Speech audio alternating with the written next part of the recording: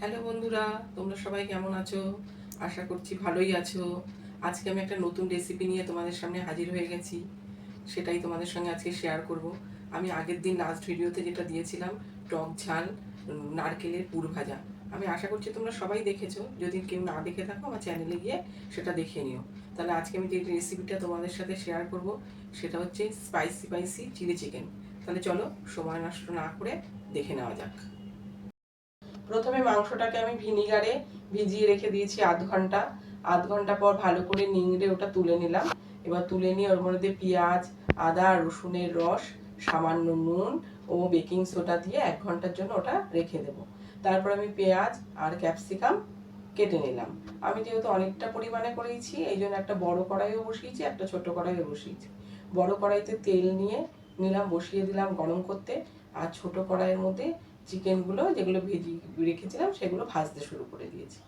এইবার ওগুলো ভেজে ভেজে তুলে একটা জায়গায় রাখবো। আর বড় কড়াইটার মধ্যে বেশি করে, আমি যেহেতু অনেকটা পরিমাণ করেছিলাম আগেই বললাম, তাই বেশি করে পেঁয়াজ নিয়েছি, ক্যাপসিকামও তাই। পেঁয়াজগুলো দিয়ে দেবো, তারপরে ক্যাপসিকাম দেবো, দিয়ে সামান্য নুন দিয়ে ওটা ভাজতে বসিয়ে দেবো। ওটাকে ভালোভাবে নেড়ে একটা বাটির মধ্যে আমি tomato sauce, chilli sauce, vinegar, লঙ্কার গুঁড়ো, নুন, সামান্য মিষ্টি মিক্স করে ওটাকে সোয়া সস দিয়ে মিক্স করে ওটাকে আমি ওই কড়াইয়ের মধ্যে দিয়ে দিলাম।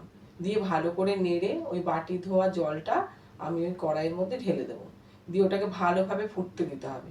ফুটে গেলে আমি যে চিকেনগুলোকে ভেজে রেখেছি সেই চিকেনগুলো আমি ওর মধ্যে দিয়ে দেবো। দিয়ে ওটাকেও মোটামুটি 5-10 মিনিটের মতন সুন্দর করে ফুটিয়ে, তার মধ্যে একটু কালারের জন্য, তোমরা দেখতেই পাচ্ছ কালারটা ভালো হয়নি, তাই জন্য একটু আমি সোয়া সস অ্যাড করলাম। করে ভালো করে ফুটিয়ে নিলেই আমাদের তৈরি হয়ে যাবে স্পাইসি চিলি চিকেন।